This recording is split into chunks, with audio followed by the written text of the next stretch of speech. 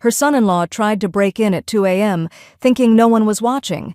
Margaret Gable, widow and retired loan officer, watched the footage in silence. By sunrise, his name was erased from her will, her deed, and the emergency contact list he never earned. Her daughter called it a misunderstanding.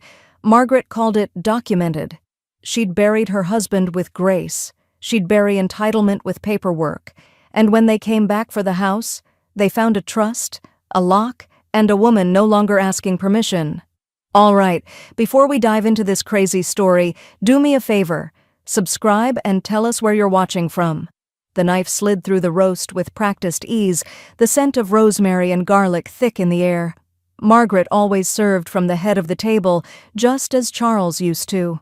Now, the chair to her left sat empty, its absence a quiet punctuation on 13 years of widowhood. She filled Brett's plate first, then Lily's, before settling into her own seat with a soft exhale. "Looks like the old maid strikes again," Brett said, lifting his fork with a grin that didn't reach his eyes. "Perfectly cooked, as always." Margaret smiled politely. "Thank you."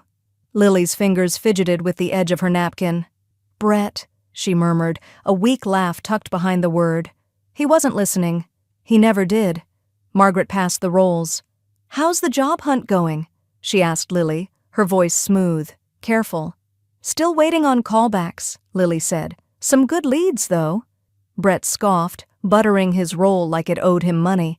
"Told her she should just do what you did. Live alone, get a cat, talk to it."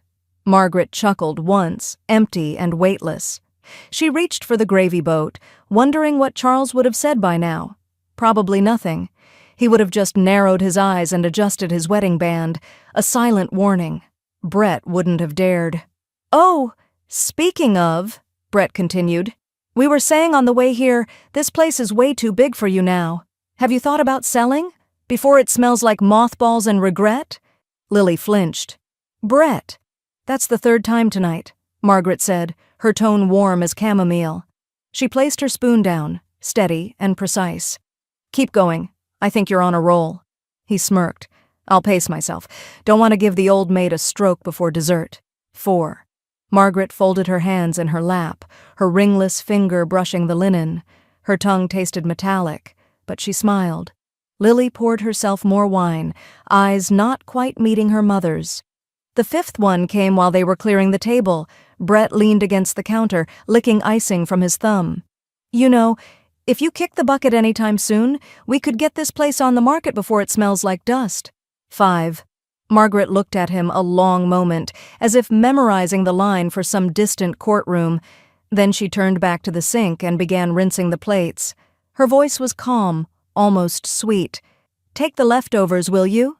It's just me here." "Sure thing," Brett said, unaware that anything had shifted. Lily kissed her on the cheek on their way out. "Thanks for dinner, Mom." Margaret held the door as they left, the winter wind brushing her cheek like a whisper from the past. The porch light flicked overhead as Brett's voice echoed down the walkway, some half-joke about her joining a bingo league before she slipped into irrelevance. She closed the door behind them, locked it. Margaret didn't sit down. She didn't clean up. She didn't cry. Instead, she walked into the bedroom and reached behind her dresser, where the fireproof safe sat in a hollowed-out cabinet Charles had built himself. She hadn't opened it in years, not since his funeral. The key was still taped under the drawer. Her hands didn't tremble when she turned it. Inside, a thin stack of legal papers, their corners crisp and untouched by grief or time. Her original will sat on top, black ink, notarized, prepared to do what wills do best, transfer legacy through blood, not truth. She pulled it out gently, as if touching a scab that no longer bled but hadn't healed either. The silence in the room wrapped around her like an old coat. She set the will on the desk, smoothed it flat with her palm, and clicked on the desk lamp. Her pen hovered for a moment over the margin. Then, without a word, she reached for a fresh folder from the drawer. She labeled it in her neatest cursive, "Exit Strategy." And for the first time in years, Margaret smiled, fully, sharply. The dishes were dry by morning. Margaret didn't remember washing them. The kitchen smelled faintly of lemon and steel wool, a sterile scent she hadn't noticed since Charles's hospital days. She stood at the sink in her robe, the will spread open on the counter like a confession. Black ink, coldly indifferent, gave everything to Lily and Brett. The house, the savings, the car, even the antique rifle Charles once told her never to trust anyone with. Not because it fired, but because it didn't. It was meant to be displayed, not used. Margaret felt the same way lately. She traced her finger over Lily's name. Her daughter's cursive L, signed years ago as a witness, now looked like it belonged to someone else. Someone softer. Someone who would have said something, anything, last night. The tea kettle shrieked, pulling her out of it. She turned off the burner and poured the water too fast. Steam bit her hand. She didn't flinch. She walked the mug to the living room, cradled it like a steadying weight, and sat down at her desk. The chair creaked in a familiar way, just enough to remind her this was still her home. Her eyes landed on the manila folder she'd labeled the night before. Exit strategy. She opened it. Nothing inside yet. But it would fill. Soon. Her fingers hovered over her phone for a moment. Then she tapped open her contacts and scrolled past half a dozen names that were more memories than people. Then she found it. Camille Devereux. They hadn't spoken in 4 years. Not since Camille remarried and closed their real estate agency to follow her new husband to Arizona. But Margaret remembered how she negotiated. Clean, discreet, lethal in heels. She tapped. Call. Margaret Gable. Camille answered on the second ring, her voice still brisk and elegant. God, it's been forever. It has, Margaret said, her voice calm. I need a favor and privacy. A pause. Go on. I want to sell the house. Quietly. No signs, no MLS. Just someone who understands what it's worth and who won't paint over the history. Camille inhaled. Are you sure? I've never been more. There was something in Camille's silence that sounded like respect. Send me your specs. I'll handle the rest. Margaret hung up and stared at the phone. Her hand, for the first time that morning, trembled just slightly. The rest of the day passed in quiet, deliberate movements. She pulled the safe open again and began sorting. Marriage certificates, Charles's discharge papers, their paid-off mortgage. She stacked them in neat piles, slid them into protective sleeves, and labeled them with that same neat hand she'd learned from her mother, back when things were handwritten because they mattered. By afternoon, the documents were locked in a black accordion folder. She tucked it under her coat and drove to the bank. The safety deposit box was clean, cold, stainless steel.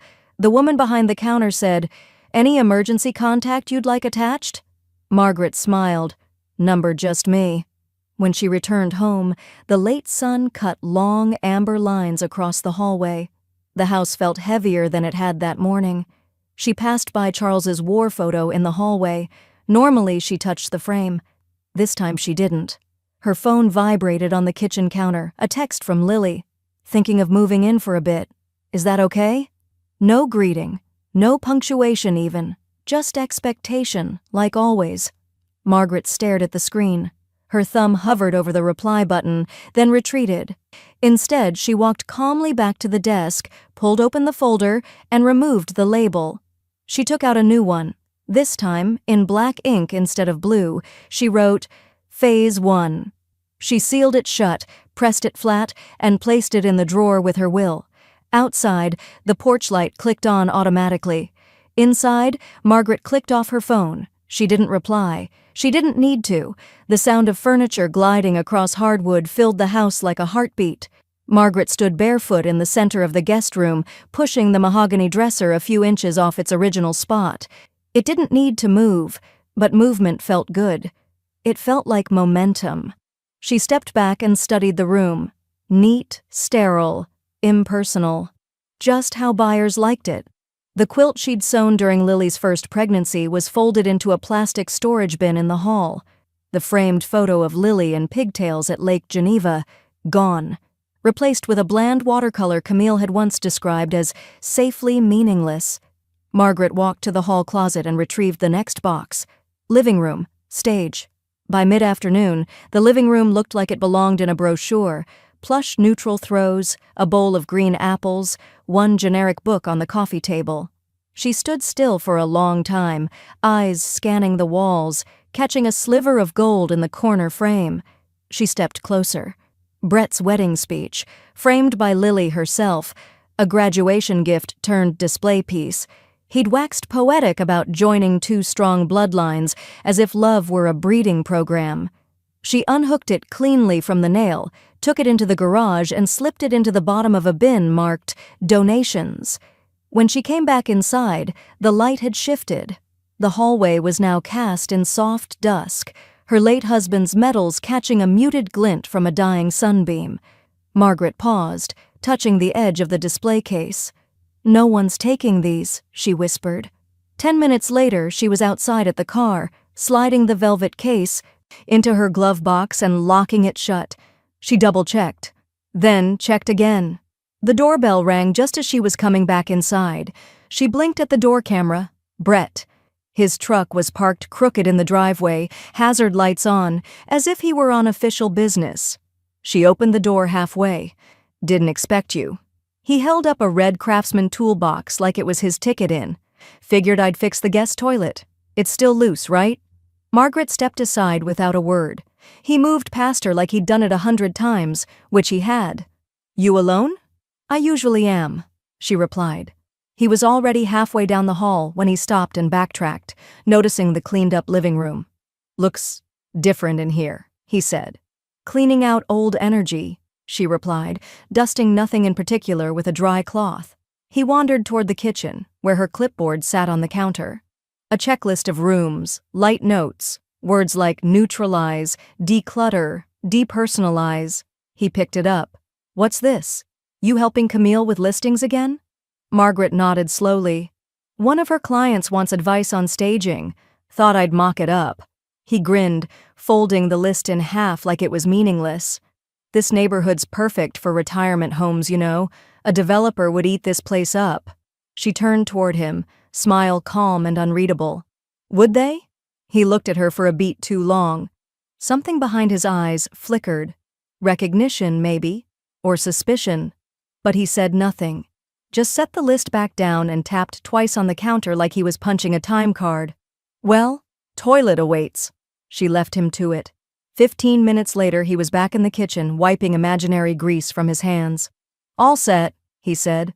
"Tightened the bolts. Still think it's time for a reno." "Noted," she said, opening the door for him. He stepped out slowly, as if waiting for her to say more. She didn't. "Let us know if you need anything," he said finally. Margaret gave a small nod. "You'll be the first." He walked to the truck. The hazard lights blinked in rhythm, silent and artificial. Margaret watched him go, waited for the engine to start, then closed the door. She turned both locks. Then she slid the deadbolt across. The checklist wasn't for Camille's client, and the toilet had never been loose. The couple walked the perimeter of the garden slowly, arms tucked loosely behind their backs like museum patrons admiring something fragile. "They're hydrangeas," Margaret said, pouring tea from the antique porcelain pot. "They do best when you don't overthink them. Give them boundaries, then leave them alone." The woman, Diana, late 40s with soft creases earned from worry, not Botox, nodded appreciatively.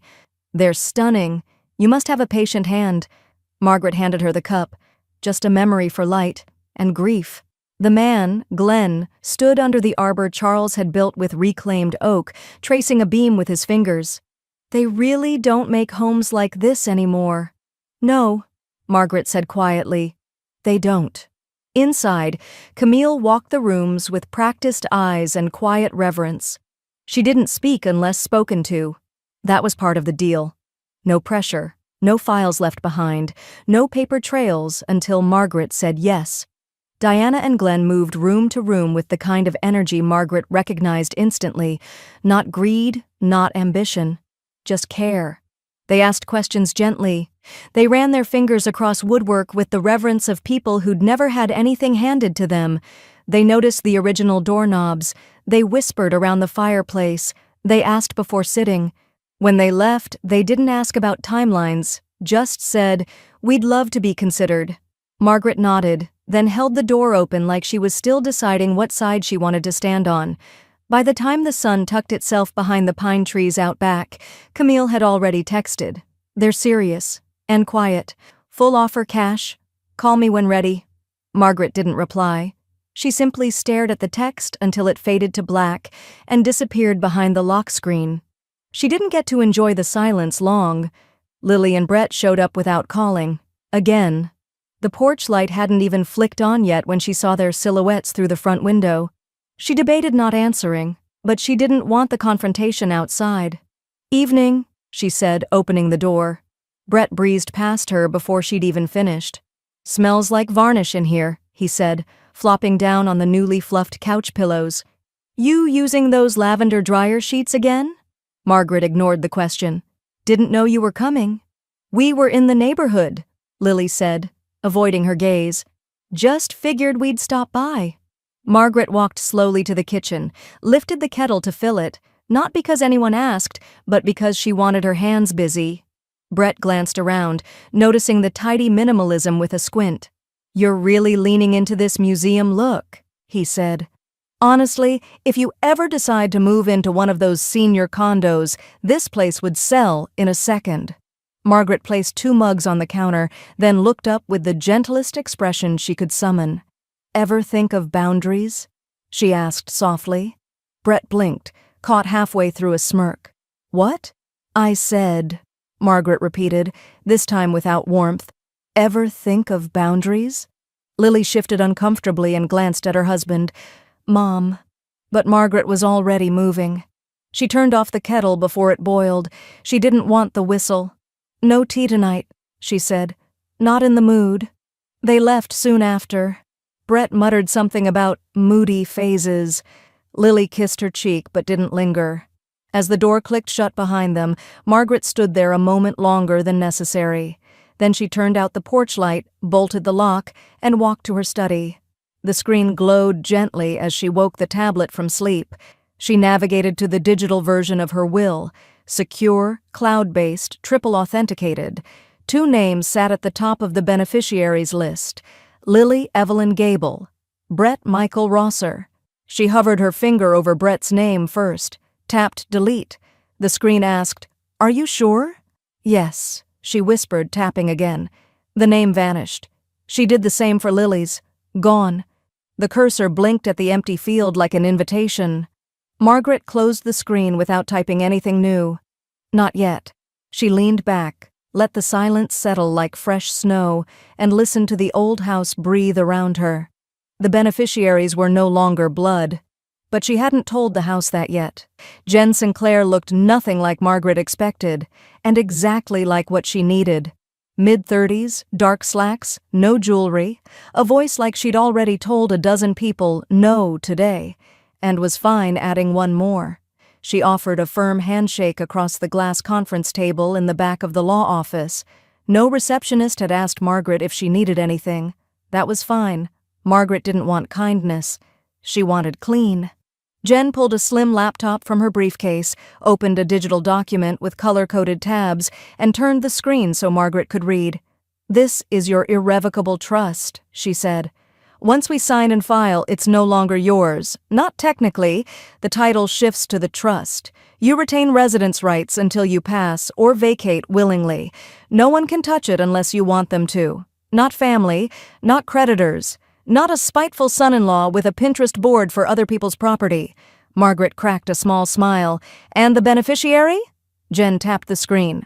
A new tab opened. Second Door Fund Beneficiary Category, Non-Profit, Permanent Housing and Transitional Assistance Mission, Shelter, Dignity, Legacy. Margaret leaned in. "Can they refuse it?" "They've already accepted," Jen said. "We partner with them, quietly. No press, no plaques. Just shelter, keys, and cash flow they don't have to beg for." Margaret exhaled slowly. "Good." She signed the trust papers in 4 separate places. Jen initialed, countersigned, and uploaded the file with the detached professionalism of someone who'd buried more than one family legacy on behalf of a woman with clenched teeth and a long memory. "Power of attorney," Jen said, pulling out one final sheet. Standard language. You designate me to execute all property-related decisions, plus medical and financial in the event you're incapacitated. Margaret didn't blink. Sign me up. You sure you don't want a relative listed first? I don't have any. Jen nodded once, didn't ask again. By the time they left the office, the air outside had warmed slightly, early signs of a reluctant spring. Margaret stood in the parking lot for a moment, blinking against the light. She hadn't felt this light in years, not since Charles, not even after his funeral, when the casseroles stopped arriving and the silence began. Her phone vibrated just as she opened the car door. Camille. Buyers confirmed. Funds verified. 2 weeks to close, quiet as you asked. Just say the word. Margaret typed back, say it now. Then she drove home in silence, the steering wheel warm from the sun, her mind already 3 steps ahead. That night she opened the drawer by the front door, the one Brett always rifled through looking for batteries or dog treats for a dog she never owned. She placed the paper inside carefully. It looked like a basic real estate flyer. Grainy image of the front lawn, a mock logo, some vague language about square footage and aging-friendly interiors. No agent listed, no contact info, just enough bait for someone too nosy to know better. She slid it halfway under a pad of sticky notes, left it crooked. On purpose. Let Brett find it. Let him leap before looking. The next morning, a new text. Lily. Hey, so we were thinking of moving in next month to save up before we buy. That okay? Margaret stared at the message like it was addressed to someone else. She walked to the kitchen, poured herself half a cup of coffee, just enough for the ritual, and typed her reply. Not a good time. She didn't add a reason, didn't say, I love you, or let's talk. She put down the phone and stared out the window at the garden. The hydrangeas were holding. And so was she. The knock came at 9:12 p.m., not late enough to be rude, but just late enough to be presumptive. Margaret peeked through the side curtain, 2 rolling suitcases, Lily in yoga pants and a college hoodie, Brett in a backwards cap and smugness, holding a pizza box like a peace offering. She opened the door halfway. Hey, Lily said, cheerful and a touch too loud. We figured it'd be easier just to get settled tonight, beat the weekend rush. Margaret didn't move. Settled? Brett nudged past her without asking, wheeling his suitcase inside like he was checking into a Marriott. Got the guest room, right? We'll only need it for a month or 2. Lily lingered on the threshold. You got my text? I did, Margaret said. And I answered. Brett kicked off his shoes, already eyeing the thermostat like it owed him comfort. Didn't think you were serious. You've got all this space. Margaret closed the door behind Lily, but didn't turn around. Instead, she walked calmly to the entry table, pulled open the drawer, and lifted a single manila envelope from beneath the faux listing flyer. She held it out. You'll need to sign this. Brett blinked. What is this, a permission slip? Rental agreement, she said evenly. 30-day occupancy, full deposit required, utilities separate, no tenancy rights, no mail forwarding, no key duplication. He laughed, a sharp bark, too loud for the room. You think we're tenants? Margaret smiled without warmth. I think I'm not a doormat. Lily stepped forward, voice soft. Mom, we just thought, with the baby plans and all, we could save money. Margaret's hand twitched almost imperceptibly at the word baby. She placed the envelope on the side table. No one asked what I thought, she said. You just arrived. Again. Like this house owes you something. Brett stepped forward, eyes narrowed. You've got 3 bedrooms and 0 people. You're what, lonely? Bitter? Hoarding it until you die? Margaret met his gaze head on. Number, I'm tired of being expected to give more than I'm offered. His tone turned, sarcastic, clipped. You're unbelievable, cold as hell. No, she said quietly. I'm not heartless. Just finally at peace with disappointing you. Lily's eyes welled. Mom. Margaret didn't soften. Don't cry, Lily. You made your position clear every time you stood next to someone who humiliated me and said nothing. Brett snorted and turned for the hallway. We're not signing that. I didn't think you would. She walked calmly to the kitchen, opened a drawer, and returned with a trifold brochure. He looked at it like it was radioactive. "What's this?" "Motel list. All within 10 minutes. Weekly rates. Free breakfast." Lily's voice cracked. "Please don't do this." "I'm not doing anything," Margaret replied. "I'm just not rescuing anyone anymore." Brett grabbed the pizza box and slammed it down on the counter. "You know what? Forget it. We'll figure something out." "I'm sure you will," Margaret said, already opening the door. They exited in silence. No hug. No, "I love you." Just the dragging sound of wheels over pavement and the quiet slam of a car door that didn't belong in her driveway. Margaret didn't watch them leave. She just turned back inside and shut the door. Locked it. Bolted it. The pizza sat untouched on the counter, its grease beginning to bloom through the cardboard. She didn't throw it away. She didn't touch it. She walked instead to the den, sat at her desk, and opened her laptop. Her calendar pinged. Trust activation. 13 days. She opened a new folder, titled it Proof of Attempted Occupation, and uploaded a scanned copy of the unsigned rental agreement. Then she made another folder. This one she labeled Contingency, and inside it she began to type. The notification came at 2:11 a.m. Margaret sat up in bed, blinking against the blue glow of her phone. Motion detected. Front door. Ring cam. She tapped the alert, thumb trembling only slightly. The screen opened to grainy grayscale. There he was, Brett, standing just inside the porch light's halo, wearing a hoodie pulled low, a baseball cap reversed like a teenager sneaking back into a house he no longer owned. He didn't knock, just stared at the door. Then leaned down, pulled something from his coat. A key? Number Margaret's blood chilled. He jiggled the knob, crouched near the smart lock, then stood again, squinting toward the doorbell camera as if trying to guess whether it was on. It was. She watched him linger a few seconds more, then turn, then walk back to the car parked without headlights. Driver's side door opened.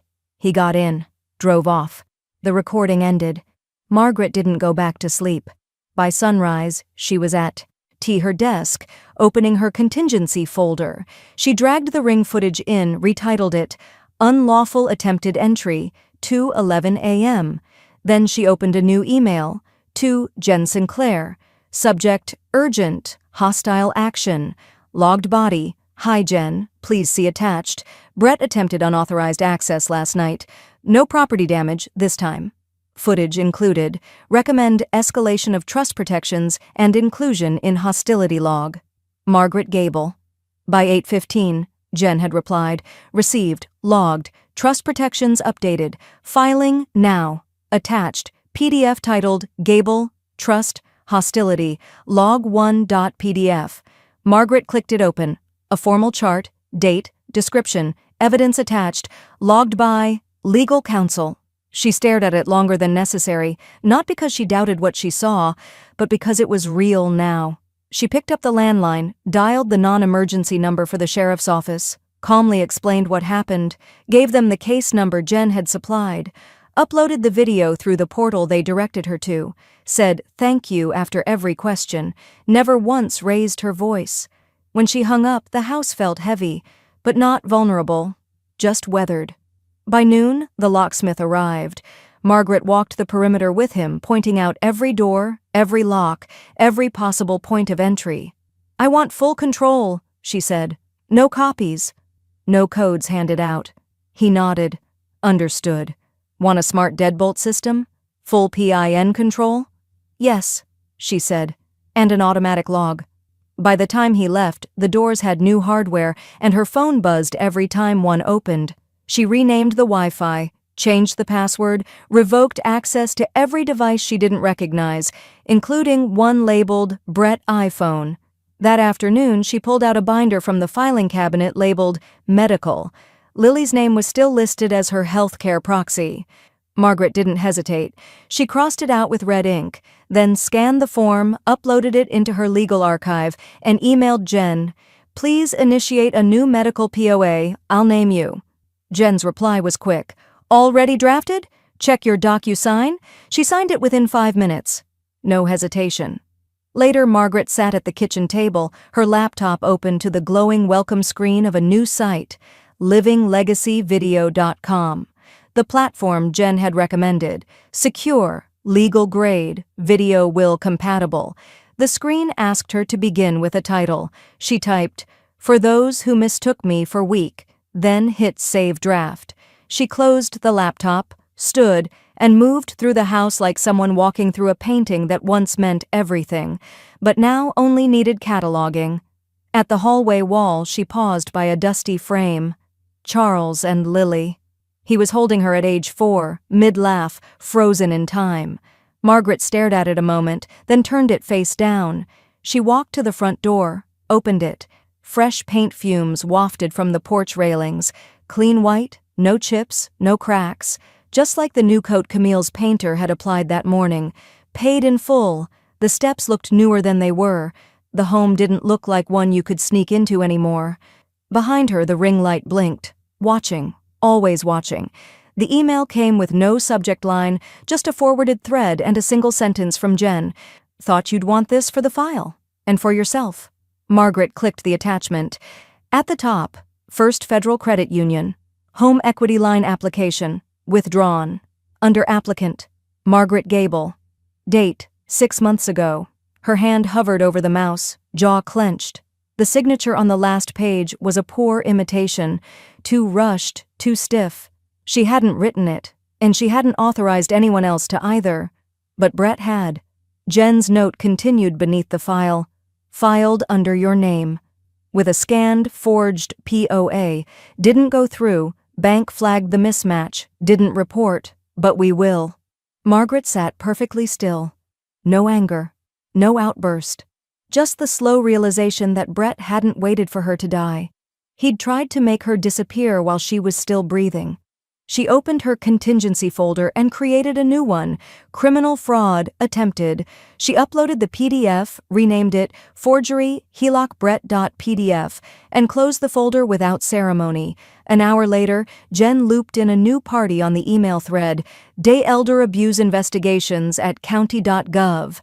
Subject, Active Trust Case, Attempted Financial Exploitation, Forged POA No Frills. Just a paper cut delivered to the right place. Margaret stood, walked to the kitchen, and poured a glass of water she didn't drink. Instead, she opened her notes app and typed one sentence, "Not everything you live in belongs to you." Then she posted it on her Facebook page. Just text, no photo, no tags. She knew Lily would see it within the hour, knew Brett would read it and wonder what she knew, when she knew it, and how much longer he could stall. She didn't care. Camille called just after lunch. "Closing's confirmed for next Thursday," she said, voice sharp and celebratory. "We'll courier the final docs to you early, all off record as requested." "Any chance they backed out?" "None. If anything, they're getting impatient. Told me they already named the garden after you in their heads." Margaret smiled. "That's good. The hydrangeas deserve better." She hung up, walked to the office, and opened the bottom drawer of her desk. The original will was still there. Signed, notarized, faithful to people who'd only been faithful to their own reflection. She took it out and held it over the shredder. No hesitation. The blades hummed softly as it vanished. 3 pages of legacy undone in seconds. Then she opened her laptop, navigated to her digital estate platform. The page asked, "Would you like to record a new will statement?" She clicked yes. The camera flicked on. Her own face stared back, calm, lined, and unshaken. She hit record. "I leave nothing to those who gambled with my silence," she said. Then, after a breath, "They never saw the end coming." Click. Save. The screen went black. The house was silent except for the quiet rhythm of her new security system arming itself, door by door. In the living room, the fake real estate flyer still sat half-tucked in the drawer, waiting for someone foolish enough to think it meant power. Outside, wind stirred the garden beds, bending the hydrangeas slightly, but not breaking them. Margaret sat down at the table, folded her hands, and stared at the wall across from her. Blank now, after she'd taken down every photograph that tied her to a version of herself she'd already outlived. One photo remained, Charles in his uniform. But it wasn't on display anymore. It was sealed in the glove box of her car. Safe, just like the rest of her life was finally becoming. Then her phone vibrated. Another message from Lily. "Can we talk?" Brett's upset. "Things are complicated."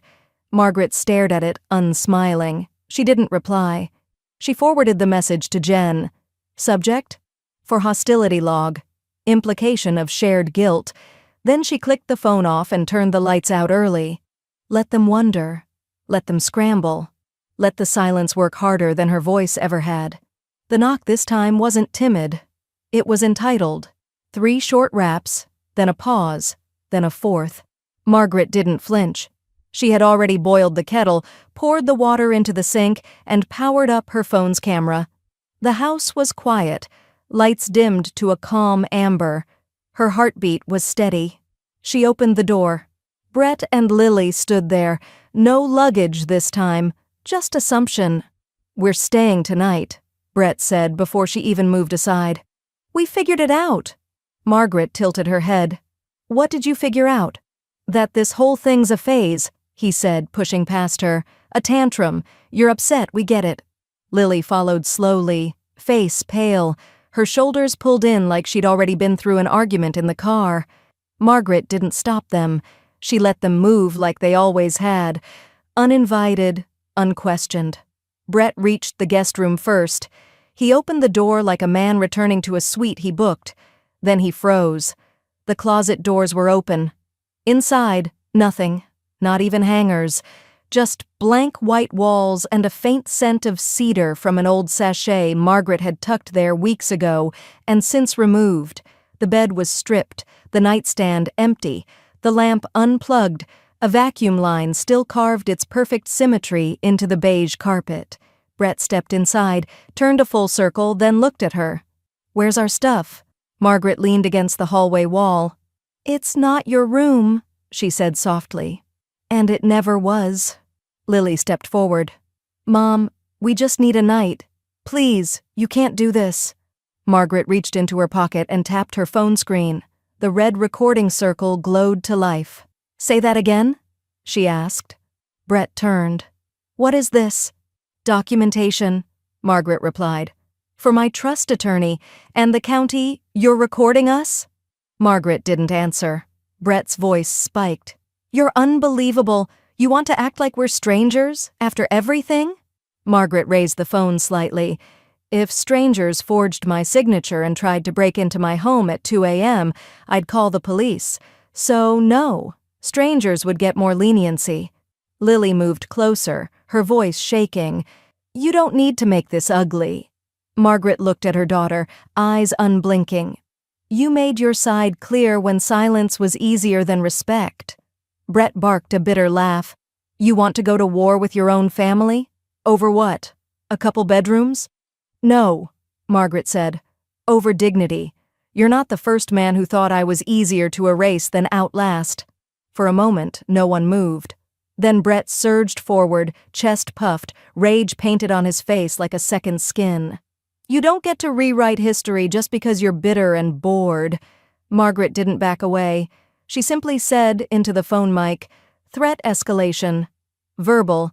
Physical proximity reduced voluntarily. Timestamp, 7:46 p.m. Lily reached for his arm. "Let's go." Brett hesitated, then spit a final curse under his breath and brushed past Margaret like he might knock her shoulder, but didn't. He'd misread her too many times to risk it now. Margaret followed them to the door, opened it calmly, and held it there as they stepped onto the porch. No words, no eye contact, just the slow weight of a door closing behind them for what she knew, this time, was final. She turned both locks. Then the deadbolt. The recording was still running. She stopped it. Saved it. Guest room, confrontation, video log.mp4. She walked to her desk and opened her laptop. Subject, attempted intimidation. Residential trespass. To Jen Sinclair. Body, attached is video from tonight's confrontation. Brett attempted to enter the guest room and escalated verbally when denied. Confirmed empty of belongings prior. Please file under hostility log. Entry 2. Best, Margaret Gable. Then she opened her security app and ordered another lock reset. Different codes, fresh hardware. Camille's painter was already scheduled for the trim next week. Margaret added, "Change guest room door. New lock. Install internal bolt." She closed the laptop and exhaled. The closet was empty. So was her tolerance. The county seal looked almost decorative at the top of the letterhead until you read what followed. Subject: Formal notification of charges filed. Defendant is Brett Michael Rosser. Counts: criminal forgery, felony, attempted elder exploitation, felony, attempted fraudulent real estate transaction, misdemeanor. Margaret folded the letter neatly and slid it into a labeled folder in her drawer. Filed. No exclamation points, no champagne, just consequence. Jen called minutes later. "They took it seriously," she said. "The DA's office has a new elder protection unit. They've been waiting for a case like this. Video, paper trail, hostile interaction log. You built it airtight." Margaret's voice was level. "He built it. I just labeled the pieces. PSA request came through too. They want you for a legal education video. You in?" There was a pause. Then Margaret smiled. "I'm done whispering. Schedule it." The camera crew arrived at the county library 3 days later, 2 soft-spoken techs and a coordinator who brought her a scarf to match the backdrop. Margaret wore the pearl earrings Charles had given her on their 25th, not for sentiment, for symmetry. She looked directly into the camera. "I'm Margaret Gable," she began. "I trusted the wrong people with too many quiet yeses. This is what happens when you find the right no." That afternoon, Lily called. Margaret let it go to voicemail. Then another call. Then a text. "Please, we need to talk. Alone. Just us. I didn't know everything." Margaret read it in the garden. The wind tugged lightly at her sleeve. She typed back just one line. "The court can decide who's honest." She didn't wait for the reply. Jen emailed the next morning. Subject: protective order prep. Proceed. Attached: draft filing, summary of incidents, ring footage index. Margaret replied, "Yes, add proximity limits to home, vehicle, and financial institutions." The paperwork was filed by 10 a.m. The order was approved by 2:45 p.m. Lily was served in front of her office building on Thursday. Margaret didn't witness it. She didn't need to. Jen forwarded the time-stamped report. Subject received documents without verbal response. Witness confirms ID. That evening, Margaret opened her estate trust again. The interface asked if she wanted to update clauses. She clicked yes. Under beneficiaries, she added a new line. No legacy by blood, only by bond. Then, under final conditions, she typed, "Any beneficiary who challenges this document forfeits all claims, present or future." Then, at the bottom, Clause 27, "Malice voids inheritance." She reviewed it once. Then clicked Save and Lock. The system timestamped it, watermarked the PDF, and added it to her encrypted archive. Outside, the streetlights flickered on, one by one. Margaret sat by the window and watched a group of high schoolers walk by, laughing, their futures still soft around the edges. None of them would ever know the name Brett Rosser. Not from her records, anyway. He wouldn't be a chapter, just a footnote, an erasure. Her phone buzzed again. "Lily. This time, I didn't sign anything. I never knew what he filed. Please, I'm begging you." Margaret read it slowly, then copied the message and sent it to Jen. Subject: Hostility log. Entry 3. Note: Indirect admission of shared complicity. Preserve with metadata. She didn't text back. Not anymore. That version of her, the mother who soothed and offered and waited, had already been written out of the story. She was authoring something else now. Something final. The suitcase stood upright in the hallway, its black canvas sides slightly slumped, like even it knew the weight of what was being left behind. Margaret zipped it slowly, the sound unhurried, deliberate, final. She had packed only what mattered. 3 cardigans, a pair of good shoes, a bottle of her favorite rose hand lotion, and a photo of Charles that hadn't sat on any wall for years, but had remained tucked safely inside her drawer, unframed and private. The rest was either boxed or already gone. She'd spent the last 4 days moving through the house like a quiet curator dismantling an exhibit. The wedding china was donated to a shelter that ran community dinners every Friday. The books, including the hardcovers Charles had collected over 30 winters, were hand-delivered to the local library, where a teen volunteer had smiled at her and called her "ma'am" without irony. Even the quilts, each one stitched with hours of marriage and motherhood, had been folded gently into cardboard boxes and left at a women's crisis center under a name that wasn't hers. Margaret had let them all go, not because they weren't precious, but because they deserved better endings than storage. The guest room had been cleared 2 days ago, the mattress stripped, the drawers emptied, the closet left ajar on purpose. She didn't want it looking like anyone had ever belonged there. And on the freshly laundered bedspread, she placed a single envelope. No name on the outside, just a single sentence penned in blue ink, deliberate and unflinching. I never needed to be rescued. There would be no explanation, no apology, and certainly no trail of breadcrumbs. Let them find it. Let them feel for once the echo of someone's absence instead of their availability. Her last walk through the house began just after sunrise. Morning light softened the edges of every room, casting long shadows that moved slowly across the hardwood floors like silent memories unspooling.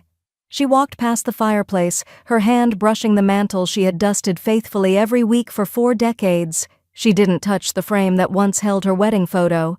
She didn't stop at the hallway mirror where she had adjusted earrings before dinner parties or wiped lipstick from the corner of her mouth before Lily's school recitals. She simply moved, room to room, not to grieve, but to acknowledge, to catalog, to witness the quiet dignity of her own decision. In the kitchen, the kettle was cool. She left it that way. No tea, no rituals, no last cup. On the counter sat her house keys, stacked neatly beside the mailbox key and the laminated emergency contact list she had typed out the year after Charles died. She didn't need any of them now. What she picked up instead was a 4th key, sleek, unmarked, freshly cut, the one to her new condo. A corner unit, 2nd floor, south-facing windows, and a small balcony where she imagined placing a single chair and a potted plant. Maybe lavender, maybe nothing. The silence would be enough. Before she stepped out, she returned to her laptop. It had been closed since she'd sent the final estate clause to Jen. Now she opened it just long enough to cue up her digital will.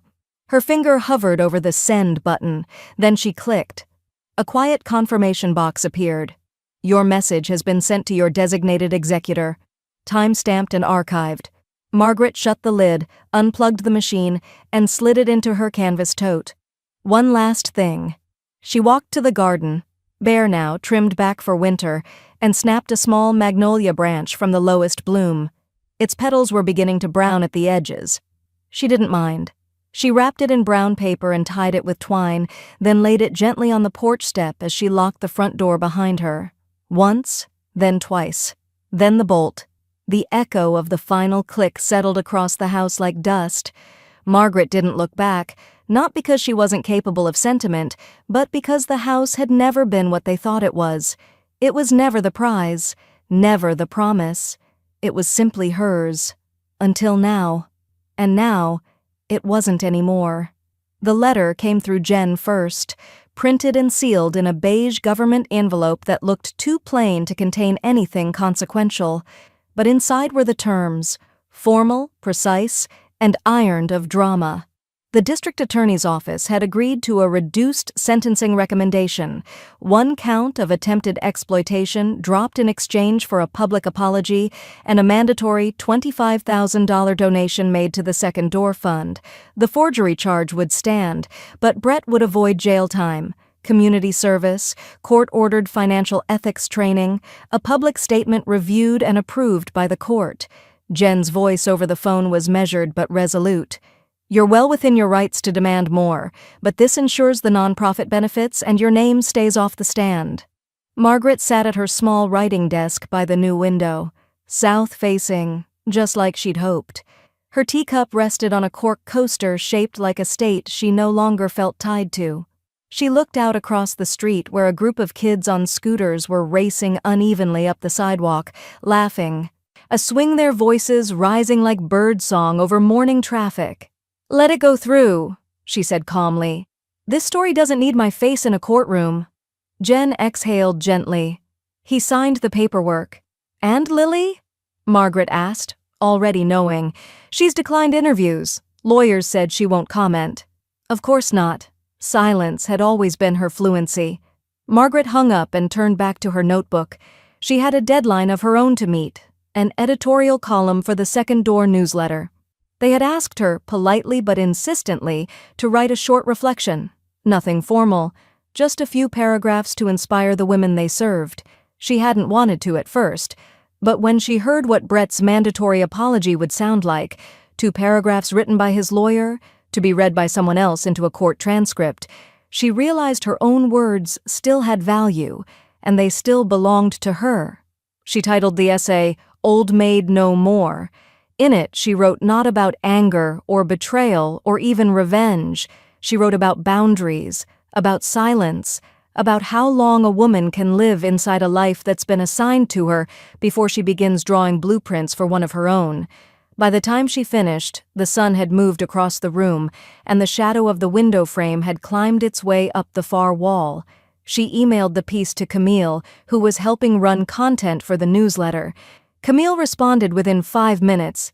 "It's beautiful, it's brutal, it's yours." That Friday, a floral delivery arrived at her door, a wide bouquet of seasonal blooms, tulips, lavender, a single magnolia stem tucked in the center like punctuation. The card was signed, Lorraine, a friend from her old real estate firm who had once confessed that she thought about leaving her husband every time she saw Margaret's name on a deed. The note read, "I've never been prouder. You made more than a sale. You made a path. Love, L. Margaret stood with the bouquet in her hands longer than she meant to, the smell of crushed petals and fresh water lifting around her like something ancient and earned. She placed them on the windowsill. That evening, the mail arrived late, an ivory envelope without a return address, handwritten in the slightly hesitant script of someone who used to know your handwriting well enough to imitate it. Inside was a folded letter, single-spaced. No greeting, just 2 sentences at the top. "I'm sorry, I knew more than I said, and I didn't stop him." Margaret read the rest only once. She didn't cry. She didn't call Jen. She simply folded it shut, walked to her filing cabinet, and placed it in the folder marked Hostility Log, Closed. She didn't keep it out. She didn't leave it on the counter. But she didn't shred it either. Because closure, she was learning, didn't always come clean. Sometimes it came creased, unsigned, and late. The document was 23 pages long, but Margaret had read it so many times it felt like a single breath. It lived in a blue leather binder now, stitched corners, embossed initials, and a brass clasp that clicked shut like punctuation. Jen had offered to draft a more formal estate binder with firm letterhead and embossed seals, but Margaret had declined. "I don't need it to impress," she'd said. "I need it to outlast." The final copy had been reviewed, notarized, and witnessed. All legal, all binding, no ambiguity, no room for anyone to mistake her quietness for indecision.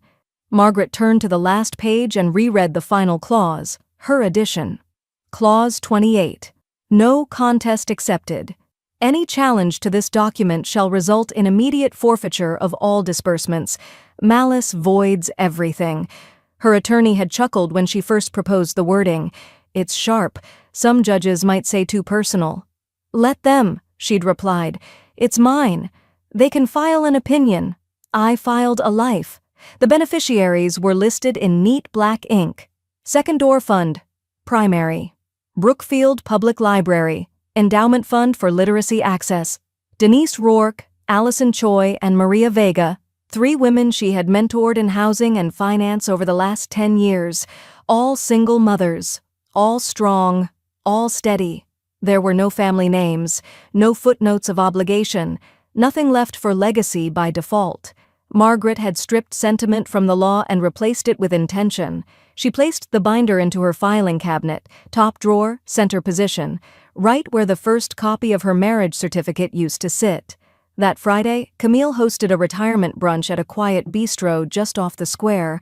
White tablecloths, mimosa pitchers, and a reserved warmth that felt more like ritual than party. The guest list was tight. Jen arrived 10 minutes early in a navy sheath dress and heels that never touched a speck of dust. Denise brought scones from her own bakery and a card she couldn't bring herself to read aloud. The women sat in a tight crescent, sunlight pooling around them like a frame, the clinking of silverware, soft beneath low jazz and easy laughter. Camille stood first. "To Margaret," she said, raising her glass. "The only woman I know who could stage a home, rewrite a legacy, and shut down a fraud case without ever breaking a nail." The group laughed, but not loudly. Jen followed. She didn't raise her glass right away, just looked across the table with the steadiness of someone who had stood behind many clients and admired very few. "To women," Jen said slowly, "who unwrite history." Margaret didn't blink. She raised her glass and tapped it once against Jen's. "And edit the future." They all drank to that. After the brunch, Margaret walked alone through the farmer's market 2 streets down. She didn't buy anything, just drifted, observed, allowed her presence to exist without expectation. By the time she returned home, her new home, not the house she'd left behind, the sky had turned the soft gray of late spring storms, the kind that whispered instead of raged. She placed her bag on the entry table, slipped off her shoes, and opened her laptop. There was one new notification. Jen had uploaded the certified digital copy of the final will to her private portal. Secure? Archived? Time-stamped. Margaret clicked the file open one last time and read it slowly, aloud, like a poem. No legacy by blood, only by bond, and no one inherits what they tried to steal. She closed the file, then closed the laptop. At the window, the first drops of rain began to fall, pattering softly against the glass like the beginning of something. Not a warning, a cleanse. Margaret made herself a cup of tea, the steam curling slowly in the air like breath newly claimed. She didn't turn on music. She didn't check her phone. Instead, she opened her notebook to a fresh page and began to write something entirely new. The folding tables were mismatched, and the coffee was weak, but the women who filled the room sat up straight when Margaret spoke. Her voice wasn't loud. It didn't need to be. It moved like water around stone. Unassuming, steady, impossible to ignore. She stood in front of a dry erase board with one hand on a printed trust document and the other holding a capped marker she never uncapped. Behind her, on the wall, hung a poster in soft blues and golds: Second Door Fund, Shelter, Dignity, Legacy. Margaret taught a free seminar every second Wednesday at the Housing Support Center downtown. The topic rotated, but the intention never changed: make the system work for the people it was built to ignore. That evening, the topic was Wills and Walls, Keeping What You Own. She walked the women through durable powers of attorney, the difference between revocable and irrevocable trusts, how to flag predatory title transfers, and the specific language to use when naming a beneficiary so no lawyer could play games with the sentence structure. By the time the session ended, 6 women had asked for a copy of her sample hostility clause. 2 more stayed after, just to shake her hand. One of them had been living in a motel with her teenage daughter for 6 months after her ex-husband sold their home out from under her. "I didn't even know I could fight," the woman said. "You don't always have to fight," Margaret replied gently. "You just have to protect the ending." The next morning, an email arrived from a podcast producer affiliated with the Community Justice Network. The subject line read, "Podcast request. Episode title, Erased Them? Saved Myself." Margaret stared at it for a long time before responding. She didn't love the headline, but she understood the need for bold language. The real kind of survival didn't always come softly. She replied, "Glad to participate, but I won't speak like I'm a victim." This was an edit, not an ending. They confirmed the recording date within the hour. That same week, she started a new workshop, smaller, more personal. She called it Porch Light Planning. It met once a month in the community center annex, 12 chairs, 1 kettle, and a notebook each woman received on the first day. The cover was plain, just a circle drawn in faint gold ink, and a single sentence handwritten inside the first page: "Your name belongs on more than envelopes." That Friday, as dusk rolled in with a soft sigh over the new subdivision, Margaret was watering the lavender on her balcony when she heard a tentative knock at her front door. It wasn't urgent, just polite. When she opened it, a teenage girl stood there in a faded hoodie and scuffed sneakers. She had a paper grocery bag in one hand and a sticky note in the other. "Hi. You don't know me," the girl said, "but my mom came to your workshop. She didn't know who else to ask when things went bad." Margaret nodded once, letting the quiet fill in the blank spaces. The girl's voice dropped slightly. "She said, you gave her power of attorney templates. She's safer now. She's not scared like she used to be." Margaret didn't reply with a speech.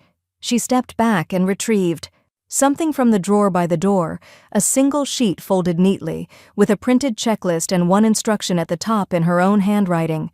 "Start with your name." She handed it to the girl. The girl took it gently, with both hands. "Thank you." Margaret smiled. "Tell your mother she already did the hardest part. She showed up." As the girl left, disappearing down the path lined with porch lights blinking on one by one, Margaret stepped outside. The air smelled of rain not yet fallen, that scent of something new trying to become itself. She leaned against the railing of her porch, and looked out across the row of quiet homes. No past clung to their windows, no names were taped to the walls. Inside, her house was still. No voices, no demands, just the hum of a life fully hers. And when the porch light came on automatically, its soft yellow halo brushing the edge of her steps, Margaret didn't flinch. She just let it glow. Like an answer that didn't need a question. The dining table wasn't long, but it was full. A bouquet of late summer sunflowers sat in the center, their petals heavy and half-wilted, as if they knew they'd been asked to witness something important. Around them, linen napkins, lemon cake, champagne flutes filled modestly. This was, after all, a celebration, not a spectacle. Margaret's 69th birthday, her first in the new place, her first in a home built from choices, not concessions. Camille arrived first, holding a brown paper bag tied with twine and a card that simply read, "To the woman who taught me square footage doesn't measure value." Jen followed in a navy blazer and jeans, rare for her, and even rarer was the smile that didn't look like strategy. Dana came in third, tugging along her mother, who kept whispering that she didn't want to intrude. "Then don't," Margaret said, ushering them in with a warmth she hadn't known she still had. No one arrived out of obligation. No one came looking for forgiveness. They came because they'd seen her change her locks, rewrite her legacy, and keep the porch light on for women who needed a blueprint and not a fairy tale. Halfway through the meal, just before the cake was cut, Margaret rose from her seat and walked to the hallway cabinet. From the second drawer, she retrieved a stack of deep green folders, neatly bound, corner-clipped, identical. She placed one in front of each woman seated at the table. "Don't open them now," she said. "Just know they're yours. Trust templates, advance directives, sample clauses, and a checklist I made myself." The title on each folder, written in black marker on a small white label, read, "You, not them." She didn't say more. She didn't need to. The conversations resumed slowly, organically. Camille recounted the nightmare of a closing gone sideways. Dana's mother shared how she'd finally told her brother to stop managing her finances. Even Jen leaned back and confessed she'd added a no-contact resumes all trusts clause to her own documents after Margaret's case. The air was casual, but not careless. They were not women who wasted words. On the living room wall, just above the bookshelf Margaret had curated with biographies and blank journals for guests to borrow, hung a new frame. Inside it, the sold sign from her old front lawn, still red, still bold, but now matte behind glass, its edges worn soft from wind and sun. A reminder, yes, but not a relic, a punctuation mark. Later, as the sky softened into its early autumn mauve, one of the women, someone from the housing center, a newer volunteer, wandered up to Margaret as she stood near the open window, tea in hand, slippers firm on her own floor. "Do you ever miss them?" the woman asked. "Your family?" Margaret smiled, not tight, not bitter, just patient. "I barely remember them. she said. It wasn't cruelty. It was accuracy. She remembered what they'd done, but she no longer rehearsed who they had been. The real names in her life were seated around her now, people who signed documents with clarity, not deception, people who showed up when it mattered and stepped back when it didn't, people who never knocked too loudly. As the party thinned and the dishes were stacked for tomorrow's ease, Margaret stepped out onto her balcony one last time that evening. The air was cool enough to carry the first hints of wood smoke, and somewhere down the street, wind chimes murmured. She looked up. No clouds, just quiet. And space. The future didn't stretch out in front of her like a path anymore. It wasn't a march or a map. It was an open field, unclaimed, untitled, and standing at the edge of it, Margaret Gable felt nothing but steadiness. She sipped her tea, closed her eyes for a moment, and then, as if placing the final tile in a mosaic only she could see, she said aloud, softly, to no one and everyone, "They tried to list my worth. I listed them as strangers.